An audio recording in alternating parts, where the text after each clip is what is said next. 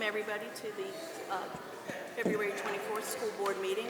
I'll invite everybody to stand up and do the Pledge of Allegiance with us in honor of our country and our flag. There's two of them. I pledge allegiance to the flag of the United States of America and to the republic which stands one nation under God, indivisible, with liberty and justice for all.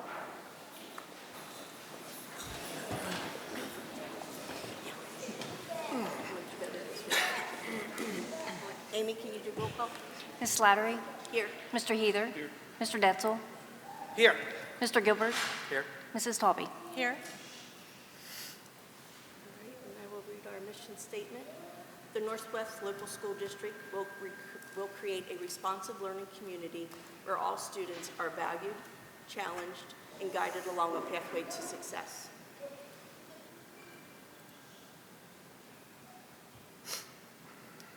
And then we'll need approval of the agenda. Can I get a motion in a second? So moved. Second.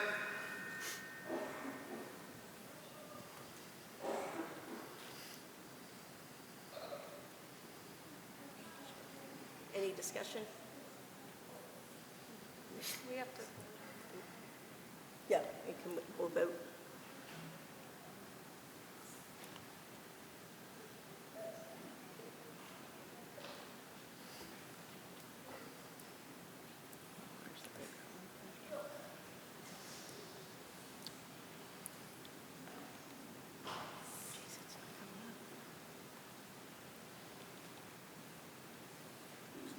It's not coming up.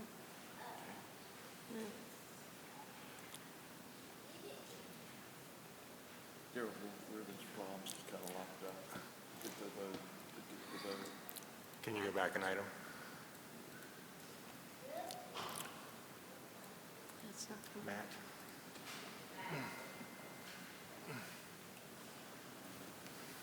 It's on two different things here. Oh, Matt, can you? The Little votes, technical difficulties. votes not coming up. It says something different up here and what I've got down here. Sync. That's sync.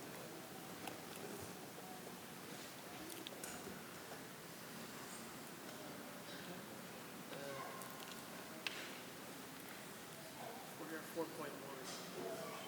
Yeah, motion to adopt agenda.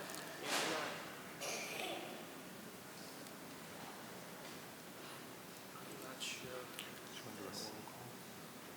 Can we just do a verbal? If it'll let you go on. I'm She's sorry. already on the map. Okay. Mr. Heather? Aye. Mr. Detzel? Aye. Mr. Gilbert? Aye. Mrs. Slattery, or Mrs. Taube? Aye. Ms. Slattery? Aye. Okay, so tonight we have a special presentation. So Pleasant Run Elementary is going to discuss their Math Bee. So I'd like to bring up Ms. Weathers, the principal, to introduce the Math Bee at PRE.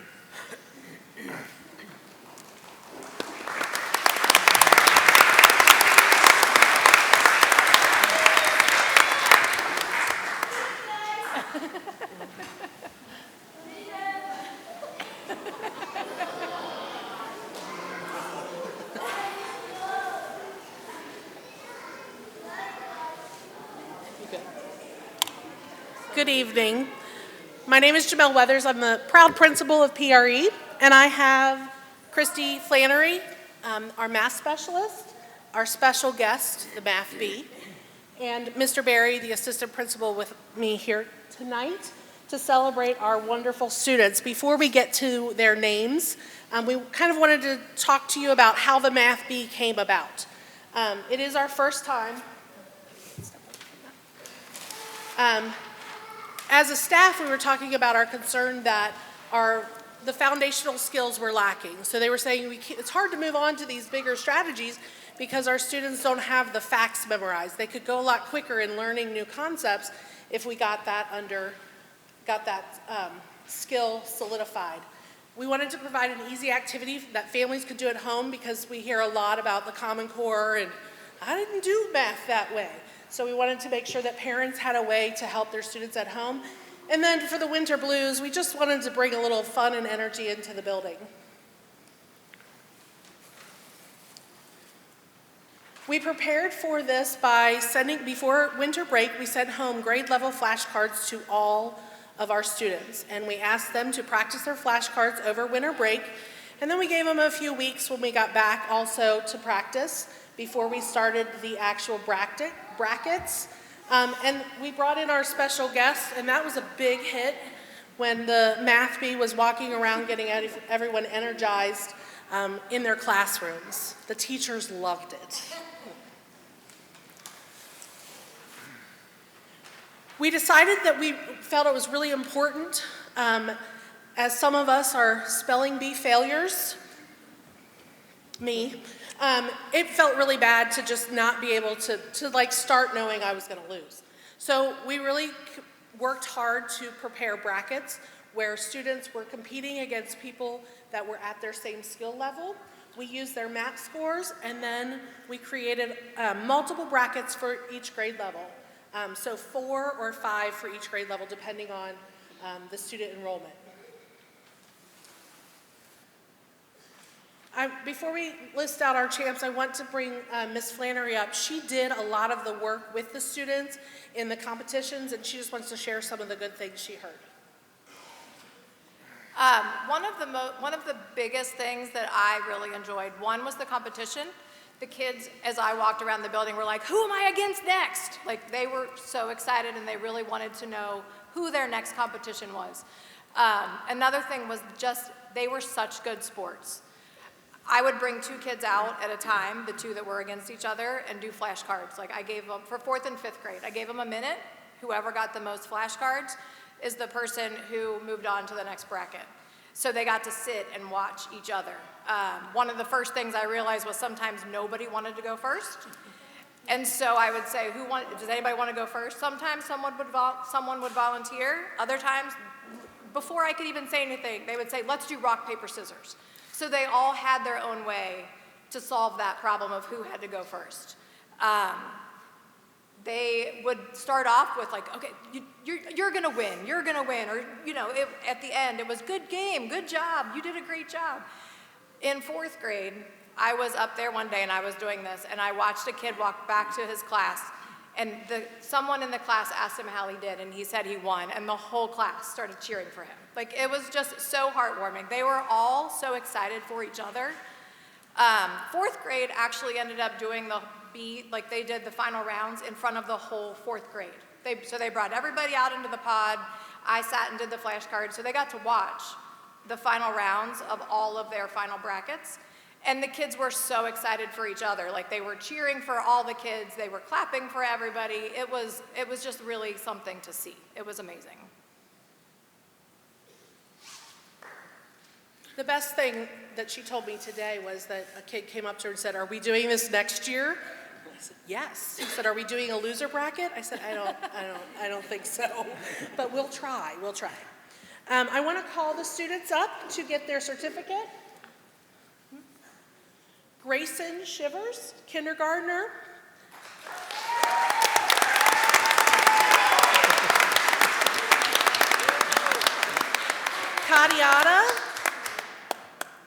Kadiata's not here this evening.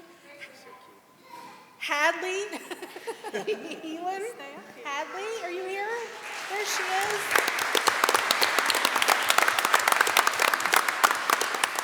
And Jameson Wessel.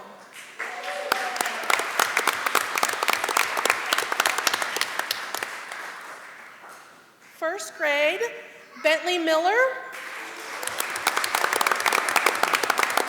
Kason Brown.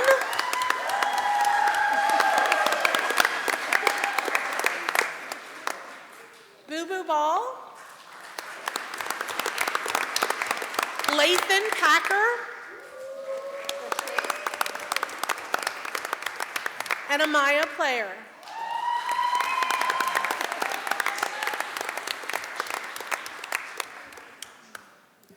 In 2nd grade, we had Melody Nong, Noah Wooten,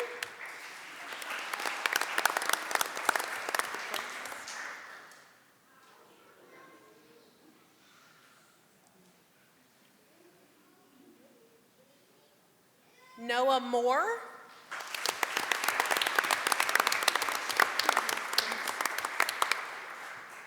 And Daniel Johnson.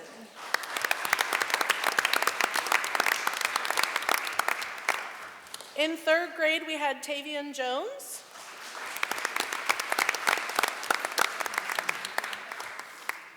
Bryce, this name, Urshwinder,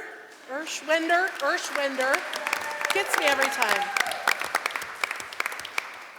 Chevy Lay. Maya Newing.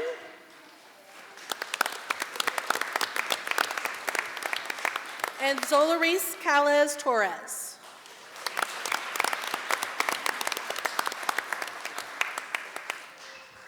In fourth grade, we had Jax Jones, Julian Garung,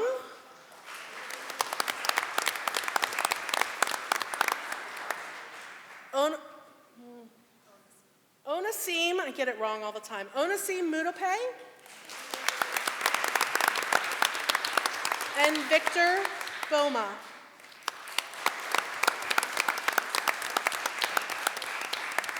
In fifth grade, we had Autumn Pruitt, Noah Lackey,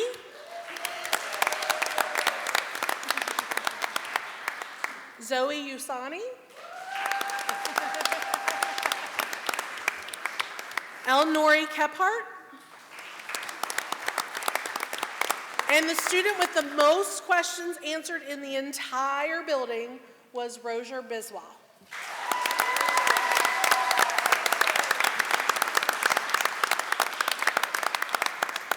Congratulations to all of our winners.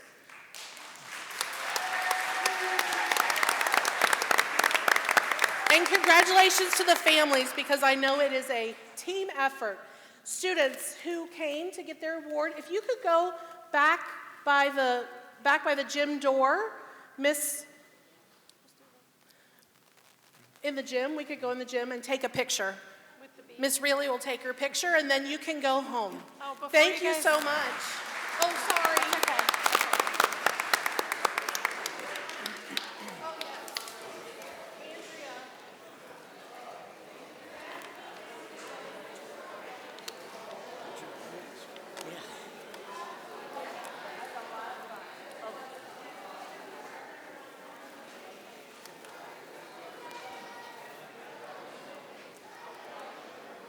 Say thank you so much to all our faculty at PRE that made that possible. What a fun and innovative game to play. I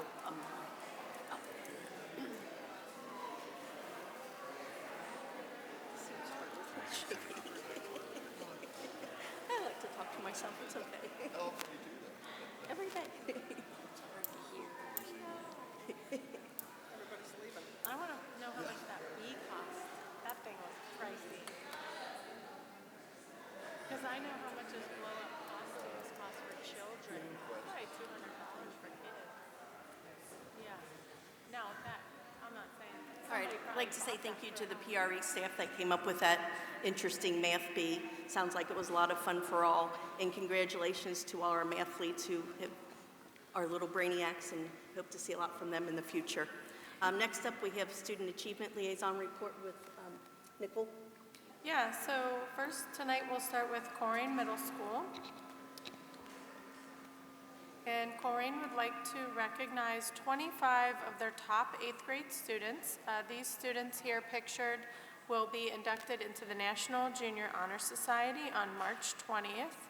So congratulations to them. A lot of work has gone into that over the last few years, so we like to congratulate them. And next up, we have Corrine High School with athletics. They would like to recognize Michaela Gear. She was the GMC Bowler of the Year, which is an awesome accomplishment. She leads the GMC with an average score of 181, which is 15 points better than the next closest bowler. And Junior DeMarco Cates, he was named GMC Wrestler of the Year. He owns a 30-4 season record and earned his GMC title this past weekend with a victory over an opponent from Mason. He's a 3-time All-GMC performer and 2-time GMC champ. And our senior basketball player, Elena Miller, was nominated for the McDonald's Dr. Pepper Player of the Week recognition. So congratulations to those 3. With fine arts, over at Montfort Heights had 7 students whose artwork is recognized in the Rotunda, the Coleraine Administrative Building. They are William Lorenz, Junior Early, Harper Leary, Audrey Berkmeyer, Rosie Siwa, Prince Ray, Beatrice Ezekiel, and Montfort Heights would also like to thank our art teacher, Kelly Goff, for all her efforts to promote our talented Musketeers. Next, we have citizenship recognition. And Pleasant Run Middle School would like to recognize Khaleesi Pride. Khaleesi embodies excellence, consistently achieving straight A's throughout her dedication and resilience. Regardless of the challenges she faces, she remains focused, determined, and continues to give her best effort in every subject. What truly sets her apart is her remarkable kindness. She is a friend to everyone, always uplifting those around her with words of encouragement and support. Her peers know they can rely on her for a helping hand or a kind word. Khaleesi's genuine care for others reflects her deeply compassionate nature and makes her a beloved member of our school community. At Pleasant Run Middle School, being a knight means living out the values of pride, positivity, respect, integrity, dependability, and excellence. She exemplifies these qualities every single day. We are incredibly proud of Khaleesi Pride. Congratulations. Next, at Coleraine Elementary students focused on their behavior during the month of January. As a building, they decreased referrals by 50%. As a way to celebrate, Coleraine Elementary will host a superhero day where students and staff will be encouraged to wear their favorite superhero shirts to school to celebrate this heroic accomplishment. A special recognition will be given to 2nd grade students who had 0 office referrals for the entire month. That's awesome. And at Pleasant Run Elementary, Pleasant Run Student Council initiated a kindness challenge for grades 3 through 5 during the first part of February. Students submitted moments of kindness that they witnessed in their classmates. The following winners were recognized and appreciated for their commitment to kindness: Adam Kajmal, Anaya Phillips, Apsana Ray, Egypt Hines, Journey Denson, Kelsey McNamee, Madison Weiscarver, Raymond Magar, Hannah Sweet, Samari Noble, Zoe Usani, and Emery Williamson.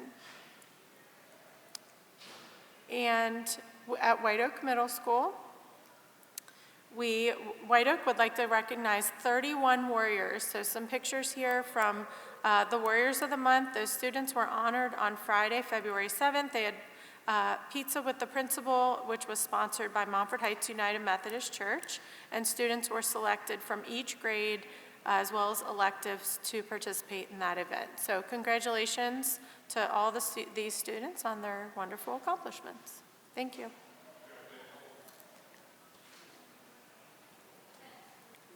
And next up, Butler Tech update with Jim. Yeah, I got a few things. A couple of weeks ago, we interviewed for a superintendent because John Graff was retiring from Butler Tech, and the board voted unanimously for Dr. William Sprinkles as the new superintendent starting July 1st. He was our assistant superintendent at the time. So we'll have a new superintendent starting this summer. And then up in Columbus, we had they interviewed for the U.S. Presidential Scholars for the state of Ohio. And out of the 5 that received the award, 3 of them were Butler Tech students. One was from Ross, one was from the Bioscience, and the other was from Lakota. So that just goes to show that Butler Tech is really getting it done at the state level. And then I believe it was last Thursday, at the Chamber of Commerce Awards, 3 of our students from the business were Students of the Year, and I just would like to read a little highlight on each kid. The first one is Inyaman Nevis As a high school achieving senior at Butler Tech through Colerain High School, maintaining a 4.4 grade point average while excelling in AP and College Credit Plus courses like business management and entrepreneurship. She has gained hands-on experience as a youth program coordinator at Cincinnati Children's Museum and as an intern with the Young Entrepreneurs of Color Pitch Competition. Maea's leadership roles include President of the Youth Advisory Council and active participation in DECA and Business Professionals of America, where she has earned top competition placements. Her drive for success matches her commitment to community service, making her a dynamic and impactful young leader. The next one is Sarah Garvey from Colerain High School, driven student passionate about digital media, business, and leadership. She excels in business coursework and AP classes while serving as president of DECA and Business Professionals of America. Sarah is deeply involved in the financial literacy outreach through the Cincinnati Police Federal Credit Union and contributes to the policy development of the Hamilton County Commission on Women and Girls. Her work experience includes customer service and office management roles at the UPS store, Old Navy, and Abercrombie. With plans to major in sports marketing, Sarah is well on her way to a bright future. And last but not least is Lily McFarland, a Butler Tech student from Northwest High School, is an exceptional student with a 4.537 grade point average and is second in her class. She has completed 19 college courses through College Credit Plus and serves as president of DECA, earning multiple awards at district and state levels. Lily also leads as a Student Senate Committee chairperson and manages HR for the Northwest Knights Spirit Shop. An accomplished athlete, she captains the girls' tennis team and has earned numerous awards. Lily's commitment to community service and academic excellence paves the way for her future in mechanical engineering. And that was just the three of them that got awards there at the Chamber Awards last Thursday. And That's it. next up, we have Mark with legislative update. Excuse me. Amy Darrow, feel free to jump in. I'm going to talk about House Bill 96. Governor DeWine is offering up an executive budget for K through 12 funding. Overall, like a high level, the money is being pulled from, they classify 5 different areas. Traditional school districts is what we fall under. Voucher programs, community school and STEM schools, JVSDs, and traditional districts with add-ons. Traditional districts are the only area that is being hit financially in this proposal. To the tune of, when I was talking to Amy today, if it goes through, it's like 2.6 million. This is directly for Northwest Local. And that would be in 2 years, I believe, that this change would occur. Out of this whole proposal,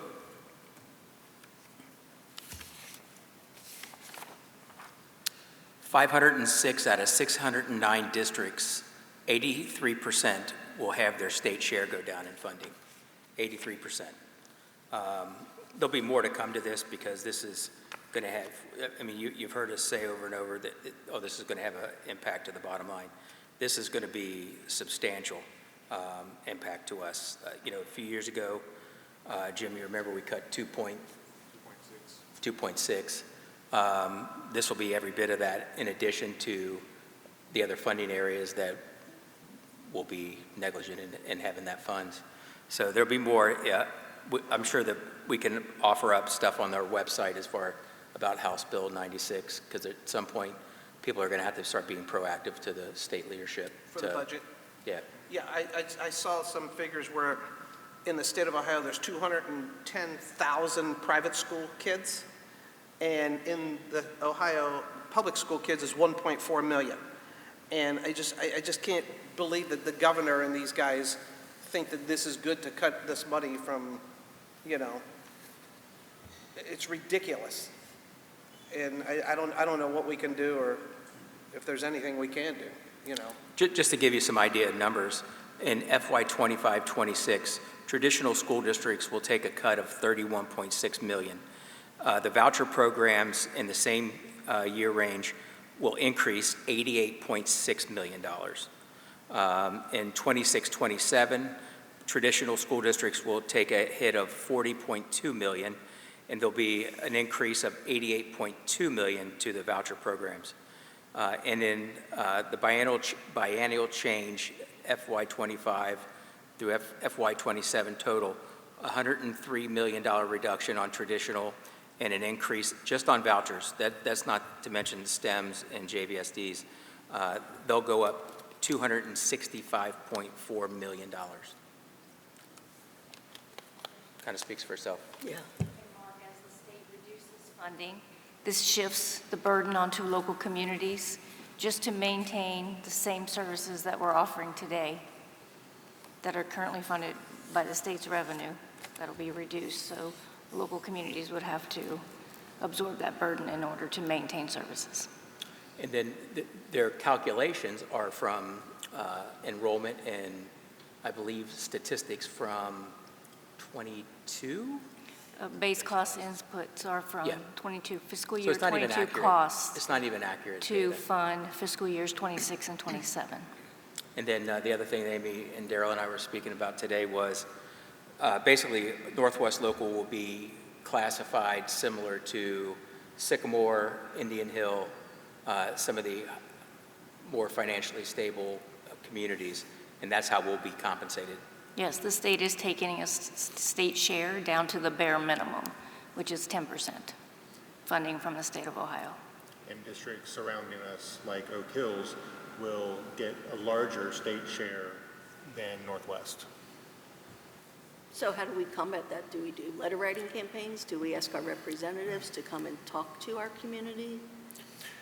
Yeah, so Amy and I have been meeting with legislators as the bill has been introduced, and so as it moves through the budget process, we're going to be working with them and with our community on who to write letters to, what are some of the talking points and some of the things that we need to advocate for.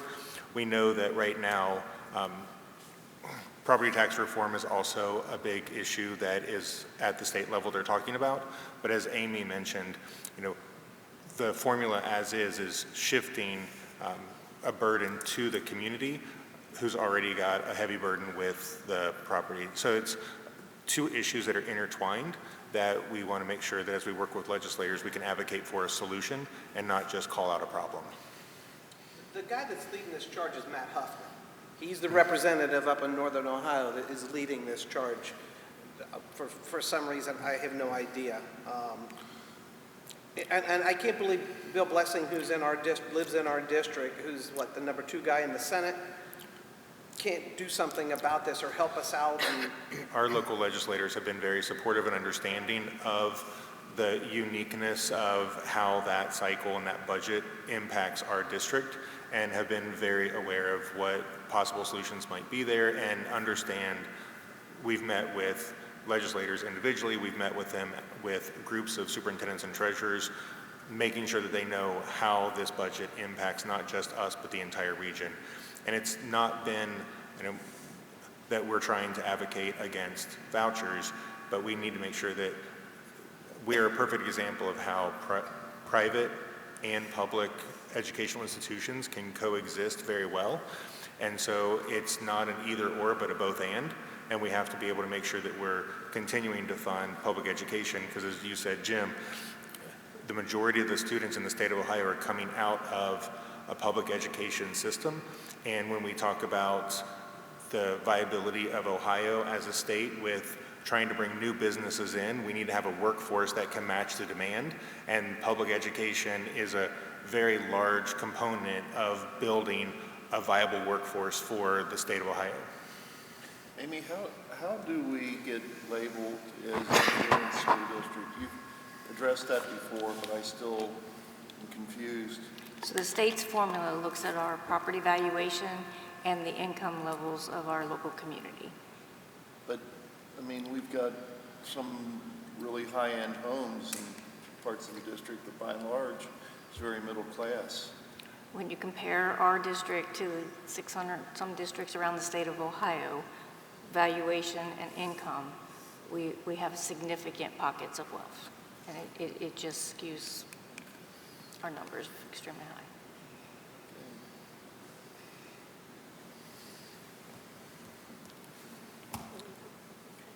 that's all we can handle. More to come. Yeah, more to come. Any community reports? Not tonight. Employee organization? All right. Community communications. Northwest Board of Education welcomes the opportunity to listen to Northwest Local School District residents' comments, suggestions, and concerns on educational issues. Policy 0169.1 addresses public participation at board meetings, gives each submission 3 minutes to address agenda items of any topic during community comments. However, no more than 15 minutes will be devoted to public participation unless the board votes unanimously to continue discussion. The policy also states that no response to the submission will occur from the board or district administration during this time.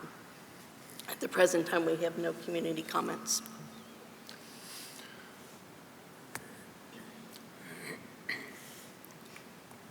For the consent items tonight, we have personnel and business, so we'll start with human resources.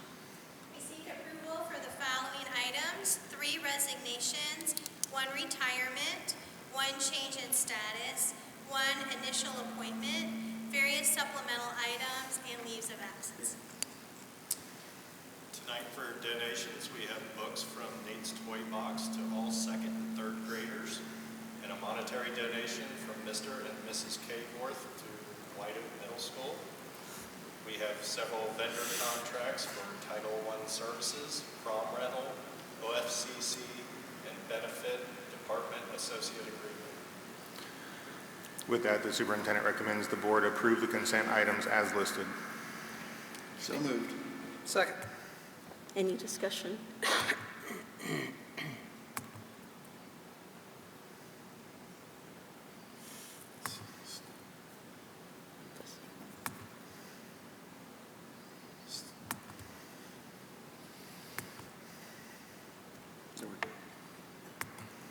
Did it come up for you? Yeah. Yeah. Oh, there we go. Okay. And that passes without opposition.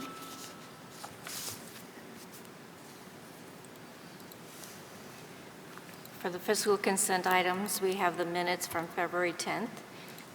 So I ask the board to dispense with reading of and approve the minutes, the regular meeting minutes from February 10th as listed. A motion? So moved. Second?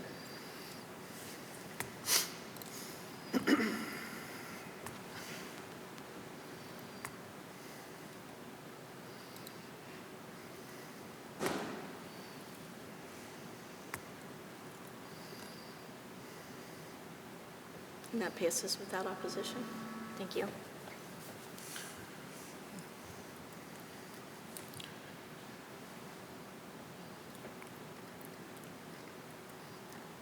Okay, for other items, and we have a few, the superintendent recommends that the board approve the resolution attached to permanently exclude the student as listed. Okay, a motion? So moved. Second.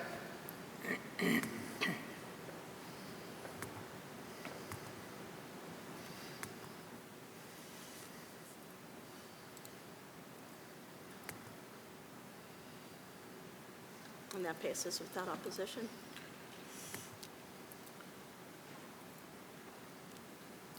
Next, we have an agreement between the district and the Corian Boosters for a license and donation agreement that would allow the boosters to build on our property. The superintendent recommends the board approve the license and donation agreement as listed. Motion? So moved. And a second? Second. Any discussion? Yeah. This is going to be the first step into the rebirth of Coring Athletics. I want to congratulate Matt for sticking with it. I think we've talked about it for several years, and finally we're going to get a, I don't know if I'd call it state-of-the-art, but an updated, much better, modernized athletic training facility to go on the grounds of Coleraine High School. And it's not going to be the original design with the cost that was associated with that, but it's going to be a lot better than the old storage shed where we used to put the track hurdles when I was on the track team many years ago. So congratulations, Matt, for sticking with it. I talked to the builder Rick Davis, who I've known since grade school, and he assures me that this will be done by this summer, and very excited about this. We definitely need a shot in the arm to get our program back where Colerain should be, and I'm really glad that this is proceeding. Do we have any like pictures or renderings of what's, do we have them tonight? It's on Facebook. I'm not on Facebook. I'll find it for you. Okay. Any other discussion? I just want to thank the boosters, Colerain boosters, as well as the Northwest boosters. A lot of this funding for the things that they do, we don't have that in our budget for a lot of things, and they really support the kids. This is obviously a very big ask, and Colerain Boosters has stepped up. So if you get an opportunity to participate in the boosters in any way, whether that be the gala or anything else, support them however you can, because it will go right back to your children. And Matt, who's the general contractor? The boosters are going to make a decision on that, so nothing's been finalized yet. But there's meetings in the next few weeks. Once it gets approved, we will have a meeting for them to decide.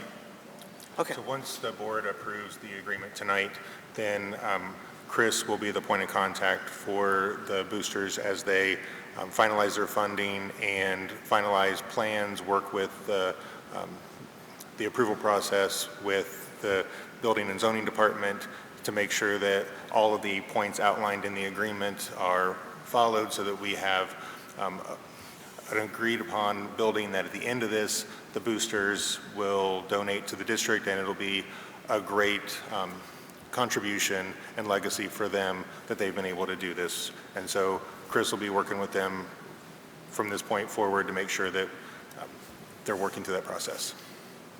Matt, isn't Rick Davis, I saw him the other day, and he said he was the builder. They've been in contact with people, but nothing's been confirmed yet. But we're in line to, I mean, there's not going to be any big delays on getting this thing rolling. I don't anticipate anything like that. Okay, thank you. Okay.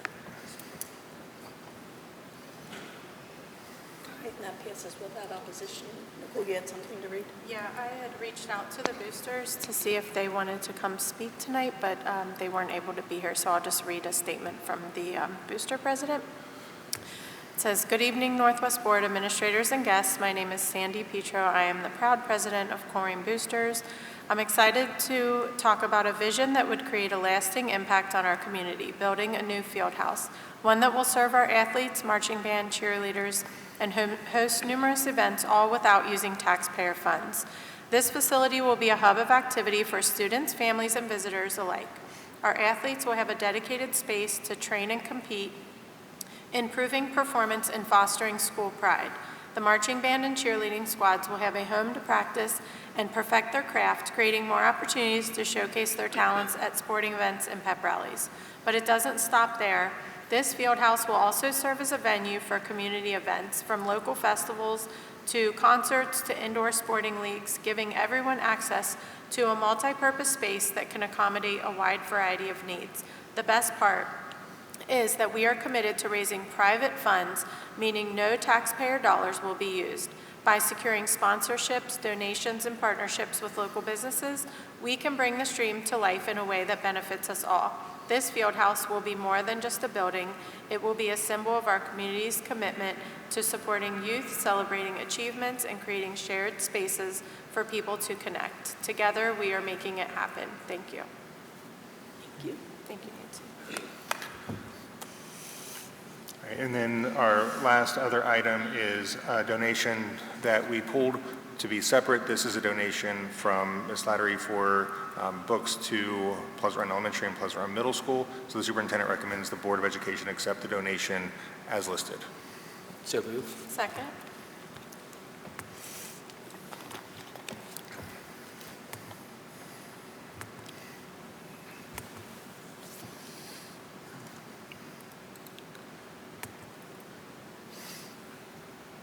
And that passes 4-0 with one abstaining. The next item is an information item, so it is only on there for information. It is the draft open enrollment policy. There are two attachments on here. One is the actual policy that would be approved by the board at a future meeting. The other one, just for context, are guidelines that were developed that would help implement the policy. I did receive some questions from various board members over the last couple of days, so if you want, I'll start and just kind of roll through the questions, and then I'll share the question, the answer, and then if there's additional question or conversation, we can kind of walk through that.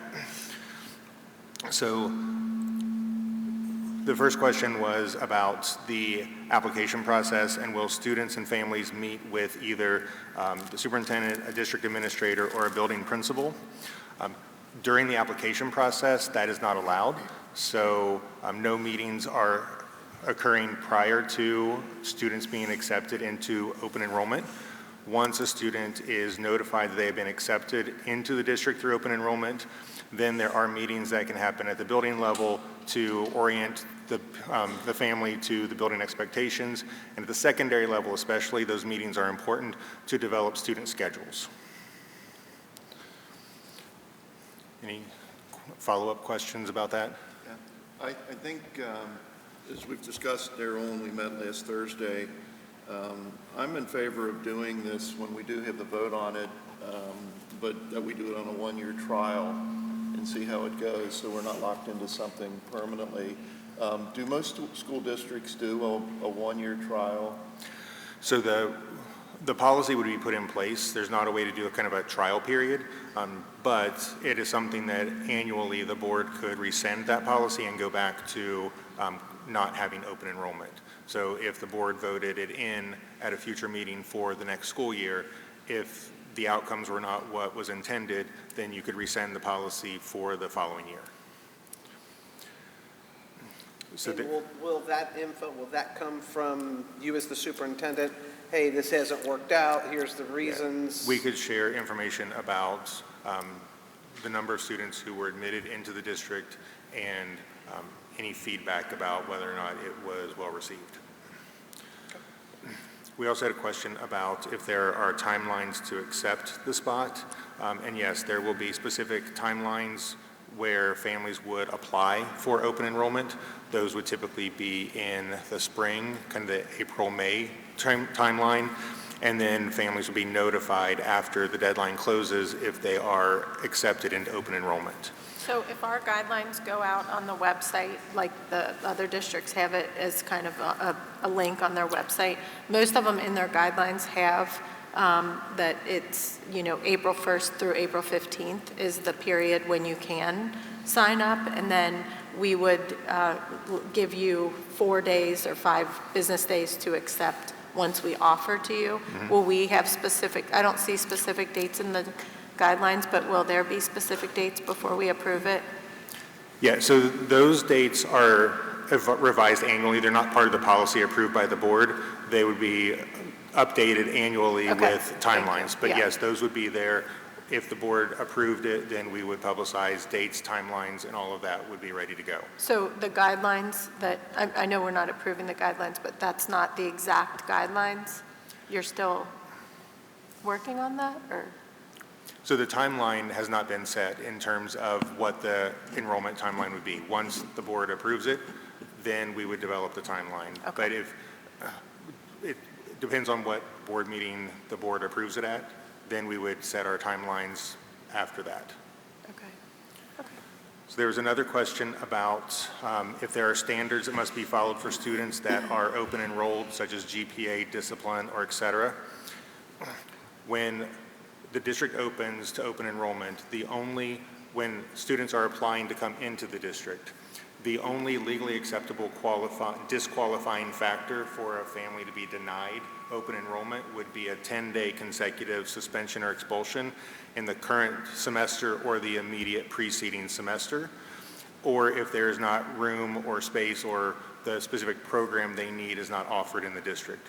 Once a student is accepted into the district on open enrollment, once they start the school year with us, there is no way to remove that open enrollment from them. They are our student for that year, so whether or not because we do not offer transportation to open enrolled students if we go this route. So if a family from a neighboring district is not getting their child here on time and they're always tardy and they're hitting chronically absent marks, there's no precipitating factor that we would be able to say, because of these things, you're no longer a Northwest student. They would be with us for the whole year.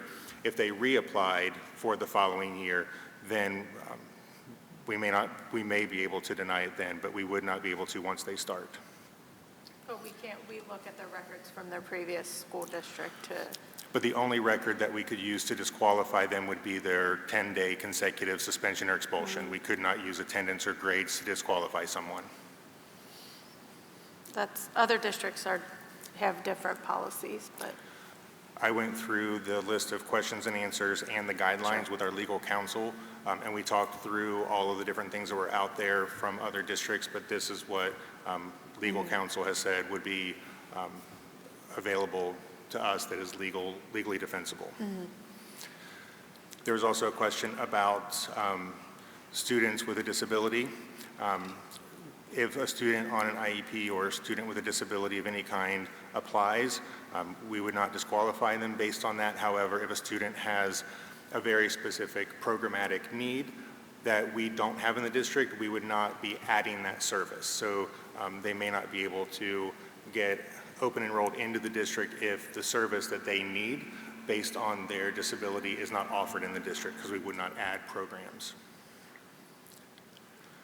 So that's saying that you would not allow that student then outside of the 10-day suspension that you just said, right? Right, but that's because we either would not have space in a program or we don't have the program. But it's not based on their grades or their attendance. It's based on the fact that they need a very specialized set of programs for their disability services that we do not currently offer. And we would not add another specialized unit because they need something that we don't currently have. Okay. A question, say we have 50 kids that want to come in. Where is that funding? Is that funding following them to our district? Or we just take them as is and no additional funding coming into our district? The state would fund the student based on the state share that we get. So they currently, as we talked about with Mark's update, as they reduce the state share, the amount of money that we would get from the state for each student would reduce as well.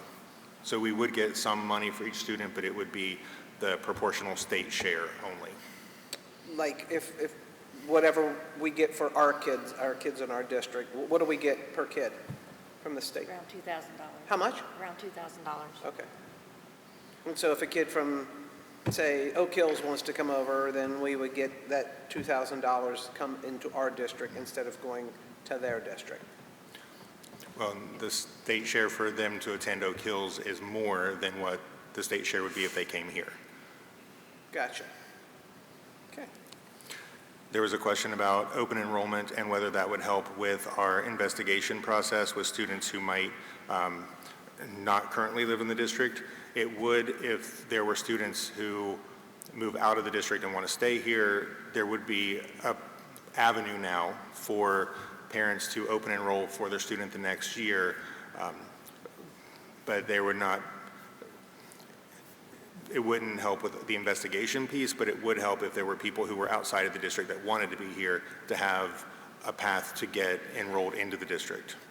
And what if you have a high school kid and you got one kid that wants to go to Northwest and one kid that wants to go to Colerain?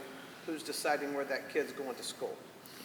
So when a family applies for open enrollment, if they are applying to a specific school and they can preference a school, it depends on if there is room in that school at that grade level. So if a student wanted to come here to PRE and in May, when we make the determination that there is space and they come in, but then over the summer we get a lot of enrollments here, we can bump them to a Struble because Struble might have space. Once the school year starts, the student is locked in, and then if new enrollments came in, we would just have to absorb that. So for a high school kid, they have to have a preference on their form or whatever, which high school they want to go to. Got it. Okay. But I think last meeting you talked about keeping numbers per grade open for kids that may transfer from a parochial or be moved within our district so that we wouldn't overcrowd our classrooms. So what we would do is we currently have staffing ranges that we try to stay within when we are staffing just generally for the students that we know that are here. We would probably lower that for open enrolled students to say if this is our target for our general goal for the district, if there's room, then we would bring more students in. But once we started the school year, if we brought more students in and then additional Northwest local students enrolled, we would just have a bubble in that grade level for those class sizes because we wouldn't have an option to remove open enrolled students once we start the school year. And I don't know the numbers specifically for each school, but 7 out of 10 GMC schools and 3 out of 4 SWAC schools have open enrollment policies, as well as so many other school districts in the state, and many of their guidelines look similar. I've heard from the schools, some of them do different things than what you've talked about here, but for the most part, the standards are the same. So. Nicole, do you know what those other GMC schools are that do not have open enrollment? Do you know which ones they are? Oak Hills and Sycamore. Oak Hills and Sycamore. And then there was a question about whether there are pros and cons to open enrollment. I really think it's, that's a hard one to answer because it's such a nebulous thing. It really, and we don't know what we don't know. So opening up open enrollment, we're not sure if it's going to be a lot of students who want to come in, if it's not going to be many. It's a moving target. I know right now we staff our buildings to certain levels, and we know that we have a lot of needs and resources that we try to pour into our schools. And so when students come in, because we can't look at grades and other things, we don't know what resources or supports might be needed. So it's hard to say what the pros and cons would be to open enrollment. And have you thought about, as we sit right here, right now with our staffing, how many kids could we take in, like at the elementary level, at the middle school level, and at the high school level? It's a moving target. So with our district being close to, if not higher than 15% mobility, there's a lot of in and out. We get new enrollments. Right now, this time of the year, we get new enrollments that start in April and May. So although our enrollment typically stays pretty flat, that number has a lot of movement on the backside of it. So it's just hard to predict where the movement's going to come in terms of the specific grade levels. But we would follow those targets. We would look at what we knew as of the time of accepting, and then we'd monitor that. But once we start the school year, the open enrolled students that are accepted would be here for the year. My understanding is that overall open enrollment has been on the decline since I think the fair funding formula has gone into existence. Is that correct? Because it's more of a money-losing proposition, and it used to be a money-gaining proposition? I would say districts that had open enrollment prior to the new funding formula have probably maintained it and kept it, because you would used to get the full per pupil cost. So you get the state and local share that would come with open enrollment. With the new funding formula, they fund students where they are attending, so it's only the state share. There's no local property taxes that come with the student anymore.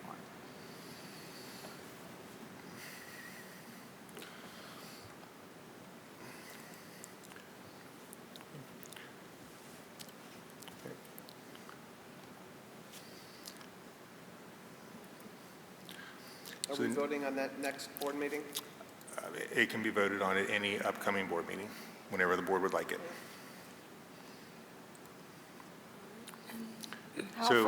Do you need to know that now, or do you want us to? Okay. No, it doesn't have to be decided now. It can be at an upcoming meeting. If you feel like there needs to be more discussion, it can be, but it can be as soon as the next board meeting, depending on what the board would like to do. I would suggest we just put it on the next agenda, but I can send that and see. I didn't hear you, Nicole. I said I would suggest we put voting on it on the next agenda unless I would agree with there's you, more. Nicole. Next meeting. Yep. Next meeting? Sounds reasonable. All right, so just a couple of updates. Next Friday, March 7th, is an in-service day. There are no students in school. I want to echo what Jim was talking about with the Colerain Chamber Awards Dinner. It was a great event, and those 3 students that were recognized are Northwest and Colerain High School students who are in our on-site Butler Tech programs at our campus. They were amazing examples of the scholarly example our students are. It was students who were so well-spoken, so accomplished, and so well-rounded with their experience. It was great to see them at that event and being recognized for their accomplishments that they've been able to co-create between Northwest and Butler Tech. Also wanted to follow up with the last time we were together, Mr. Huning and Mr. Greenwood were here promoting the Try It Nights. It's a recruitment strategy that they've been trying to do in the music department to increase numbers. We are seeing our music numbers in the middle school increase. After the Try It Nights last week, they had one at Northwest High School, one at Colerain High School. There were over 115 families who showed up that night, and there were 58% who were interested in band, 26 interested in orchestra, and then choir and musical ensemble as well. So, and some students selected more than one that they were interested in. So it was great to see the kids and the families going through the stations, actually touching the instruments, playing with them, figuring out what felt good for them and what was appropriate. So it was a great way to get those students integrated into the music program and excited about it. So we continue to see some of those numbers grow, and we're excited about that growth. All right. And that's it for tonight. Bus cancellations, any update? Are we going anywhere good with No, that? not really. The past 3 weeks, we've had temperatures down in the teens, and you have to accept that 50 kids or so are walking by that bus driver with every route. So they've got roughly 300 kids walking past them in a confined space. So when sickness goes on the increase, then obviously their sickness goes on the increase as well. So we don't think it's like resignations where we need to kind of push out and get some? We're gonna keep hiring. Yeah. That's never gonna stop. Okay. So we'll continue that.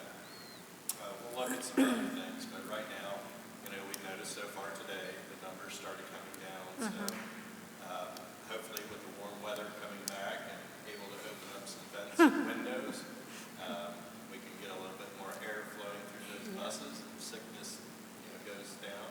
Okay. And we get our drivers back in the seats. Good. I did last week ask Daryl, we had the one message came out and it was incorrect, the email to text, but also on the email was bus 38, but it was only one piece of the route. A lot of us just look at the number and see that, and we don't read the whole school. Could we add like a note saying partial route or something to draw parents' attention to that? Yeah, I've talked to the transportation department. There is a way that they can add the school and the bus number. Well, they have the bus number and the school listed, but bus numbers first, if there could be an asterisk or something to partial route. Like Colerain Middle, and one other parochial school. Correct. But when the message goes out, we can break it down so that if it's only affecting Colerain Elementary students. Okay, so I wouldn't have gotten that one then because, okay, perfect. Okay, thank you. All right, so next up we have the item of Board of Education Handbook Service Contract, which is a contract with OSBA to create a board handbook that would be a one-time initial fee, and then each year the board can review it and make revisions and sign off on it. And it would be a great handbook for new board members as well as for existing board members. So I make a motion to adopt that, and I need a second. So moved. Second. So I guess this is for discussion, right? To discuss? Yes. Okay. So I looked and I saw, our board fund is 20,000. Right now we're at 15,000 for this year. And the cost of that being $3,250. I did find a template that we could work with on the OSBA, as well as there's a looks like a $700 or $800 option of a template that we could add our own things to. It's just a matter of whether people have the time, because it's probably a good 40 to 80-hour job to do that. And if you have the technical skills, which I can tell you I don't have the technical skills, but they do a very complete professional product that we get to review. They do an excellent job. Mark saw it too. We talked to him last week. And they do an outstanding job. And it's a one-time fee, and that fund is for board development, and I think this is a very good tool for board development myself. Yeah, in today's, I guess, I am very technical. Any of the information that I've seen in the manuals can be found online. It's not, I would be willing to help work on it, to get it put out there. I would just, to me, spending $3,200 of taxpayer money for a manual that may or may not get looked at ever is too much. That's just Well, I think it will opinion. get looked at, because each year we would do a board workshop after the organizational meeting, and everybody would look at it and sign off on it. So then we are aware that everybody signed off. They know what the rules, the regulations are, so everybody's aware of that. And I talked to multiple people when I was up at the Capitol Conference, and districts who have used this have been overwhelmingly pleased with it and have found it to be most beneficial to their boards. So the way I look at it, it's the gift that keeps on giving. You do it once, you know it's done correctly because OSBA is doing it and they're approving it. We have the right to look at it and make revisions if we want to. I think they have a very complete program. Well, another thing too, I think it's a great idea, Nancy. It just comes down to sometimes in a district that is going to possibly be heading into some financial difficulty. If it was $500, then I'd be all for it. There is an hourly rate of $100, I believe, for them to travel down here. So, Oh, they're not traveling down here. We're doing Zoom meetings. Zoom meetings. Yeah, there's no cost for travel. But the new school board member orientation certainly covered most everything that I felt I needed to at least get started. And as Nicole said, there's so much of this stuff out there already. Again, it's not that it's a bad idea, it's just the optics of it to me. Yeah, I agree. Yeah. Well, I think the only thing comes out of this is board development out of this fund that's being used for it. Is that correct, Daryl? Or Amy? It's the board. Sorry, can you repeat the question? I didn't hear. What comes out of the fund, the board development fund. Yeah, still taxpayer money, though. It's the board service fund that's set up at the organizational meeting. Yeah. But it is general fund dollars allocated to the board. In the majority of the years, do we even use the money? Yes, we're almost to the full amount already. We Use have the just majority of about the what's money? left. Yeah, we're at 14,000, and we normally spend between 16 and 20. Okay. We looked at the Toledo template, and it was like 35, 40 pages. I'm not opposed to us doing it at all, but I was talking to Amy and I was talking to Daryl about this. It would have to go to our legal for review, and that would be $250 an hour. So there would be, in addition to a template, there would be that analysis from Aaron, which would, I mean, who knows what that could end up being. Well, if you follow the OSBA template, I mean, it should be fairly standard to what they already have. We pay them $9,000 already to join OSBA, so for them to charge another $3,300 to create a document that we could easily do based on information we have. I don't think the document's a bad idea. I just think paying someone that much money to do it is a bad idea. I just feel like if it was so easy to do, it would have been done by now. Because I know Mark had tried to get this going once before, and it did not happen. Is that correct? Correct. I don't know about that. Right. Any other discussion? Go ahead and vote.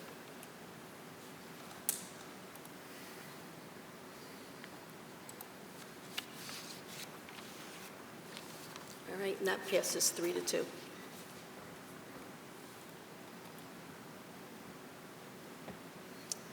And then board members' comments. Jim? Just want to thank the presentation for the kids tonight. That was pretty cool.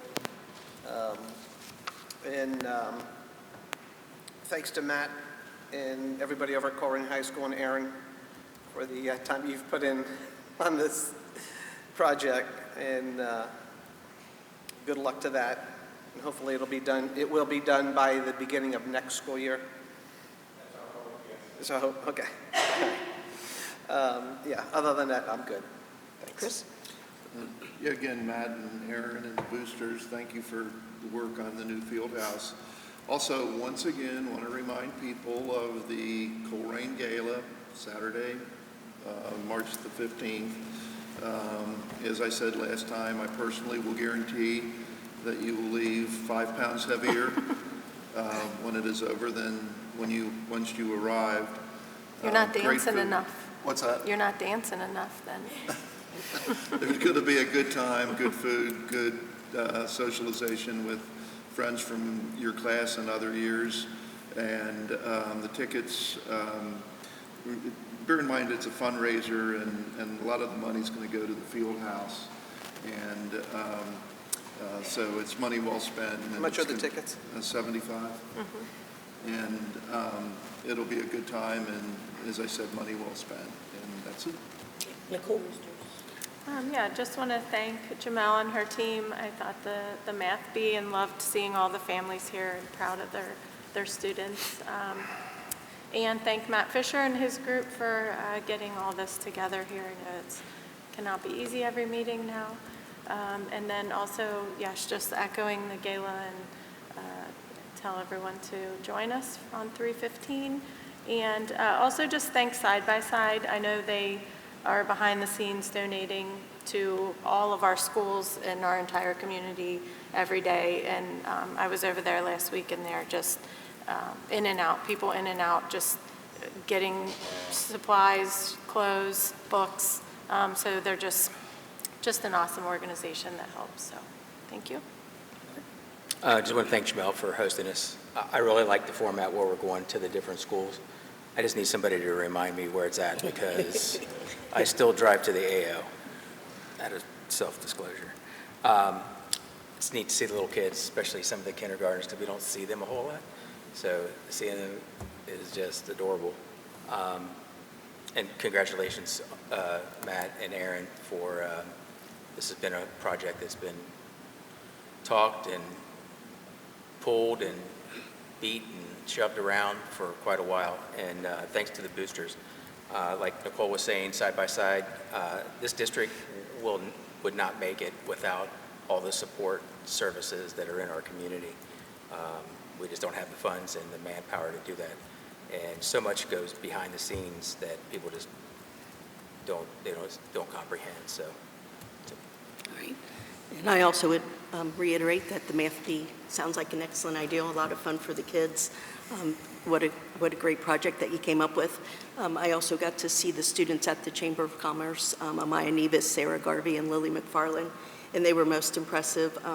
They stood up in front of a crowd of over 100 people and spoke off the top of their head with just a congratulations to their parents and a thank you to their parents, and they were really impressive to listen to.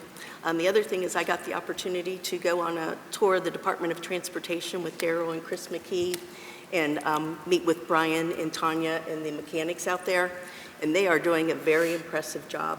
The work they are doing to try and improve the safety of our children is phenomenal. I think they'll eventually give us a program here at the board to see some of the things they're doing. But you know, you think, oh, you're picking a kid up, you're dropping them off, how hard could it be? But oh my gosh, it could be very hard. The work that Tanya and Brian do every morning just to get the buses out on the road the best way they can, I don't know how they do it, but they have quite the program down. They've got it on computer, they've got it on paper, and they never stop looking at it until they find the best solution that they can. They also, it's impressive that they have the tablets that they see each kid on every route, know what their name is, know where they live, know what grade of school they're in.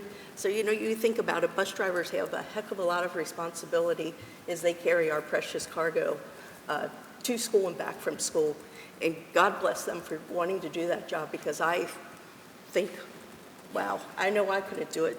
We'd have a lot of crashed buses if I did. But, you know, they're taking care of these kids, and kudos to them. And, you know, it's been a rough time because it's flu season, and flu season's been knocking people out 4 to 7 days, just down and out in bed. So understandably that there's been more bus routes canceled. But congratulations to them, and the mechanics got everything on a computer as when things need to be repaired. They're doing an excellent job too, and everybody seems to be a real tight-knit community out there and working really hard to get our kids to and from school. So thank very much to them.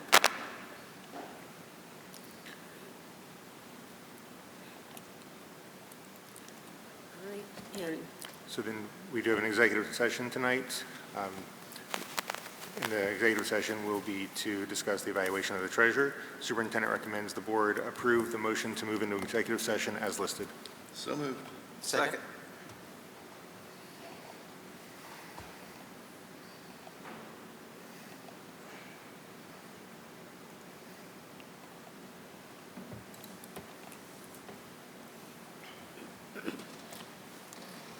All right, and that passes 5-0.